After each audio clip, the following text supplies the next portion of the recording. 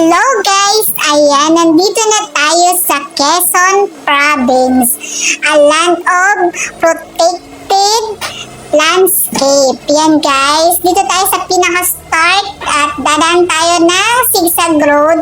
Kasi guys, dalawa naman yung daan dito sa Atimunan guys, pero mas pipiliin kong dumaan dito sa zigzag road.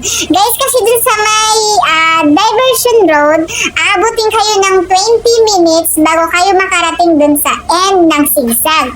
Kumpara dito guys, sa zigzag road, makukuha nyo lang po siya na 10 minutes. Nandun na kayo sa baba. Medyo at matarik lang yung daan, pero makikita nyo ang ganda ng zigzag road. Yung mga sinasabi nila at nakikita nyo sa mga vlog nila guys, madadaanan mo syempre. Ayan guys, mag-isa lang tayo nito. May mga nakakasabay tayo guys, mga nagbabike. Ngayon guys, mag-isa lang tayo.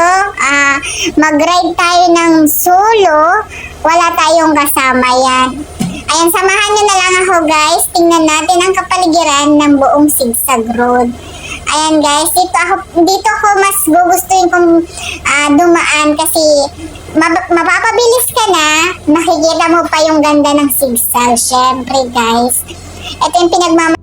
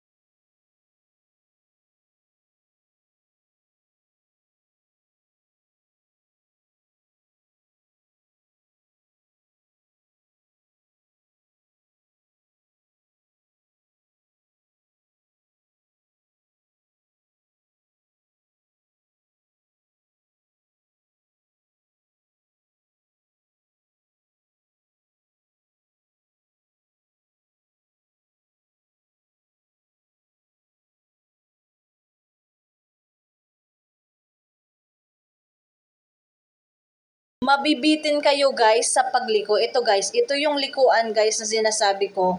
Ayan. Pero may nagpag-go na niyan sa akin, kaya nag-go na ako. Ayan. Medyo mabibitin ka dun sa pagliko doon, kaya hindi, maiiwasan, kakaroon siya ng aksidente. Pero, syempre, dahan-dahan lang tayo. Ayan guys.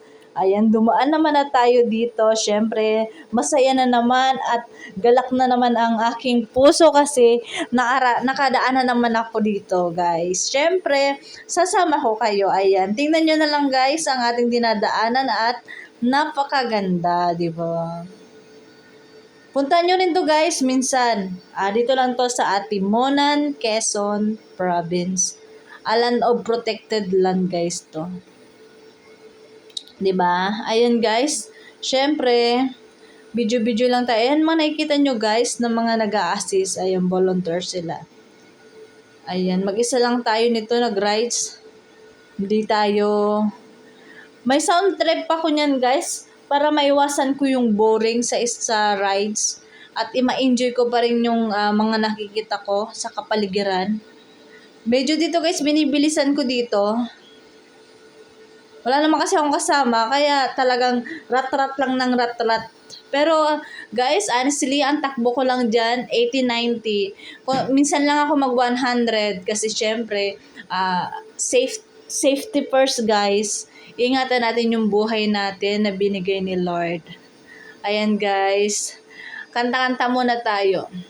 At dito tayo ilalabas ang talent natin sa kanta. Ayan. Joke lang guys, joke lang at wala tayong alam na kanta. Samahan nyo na lang ako guys, tour ko na lang kayo guys dito.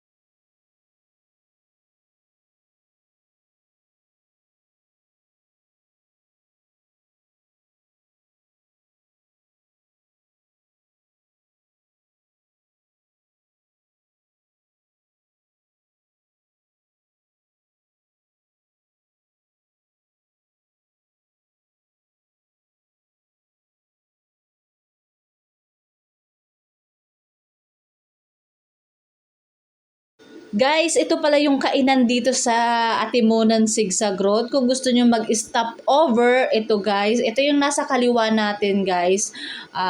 Affordable naman guys yung mga pagkain nila guys. Pero sa ngayon ay hindi ako dadaan ngayon dyan. Ay titingnan-tingnan lang natin. Kasi guys, busog pa ako guys. Mga ano pa lang ata yan guys. Alas 10 ng madaling araw. Hindi, umaga pala. Sorry. Ayan guys, syempre nag-rice ako, mag-isa lang. Ayan. Pero busog ako guys, fully full yung aking tiyan. Syempre, kailangan may lakas at loob at tibay ang ating ilalaban sa bakbakan na to guys. Kasi syempre, medyo mahaba-haba yung uwian natin. Bicol. Manila to Bicol guys, yung rides ko guys. Ito guys, meron ditong iikutan ulit. Medyo parang sobrang kurba na naman siya. Meron dito guys nag-a-assist. Ayan, nasa kaliwa natin guys kung nakita nyo. Ayan, syempre guys, dandaan lang tayo dito kasi sobrang kurba siya guys. Baka dumiretso tayo sa bangin. Ayun. Syempre, isa lang buhay natin.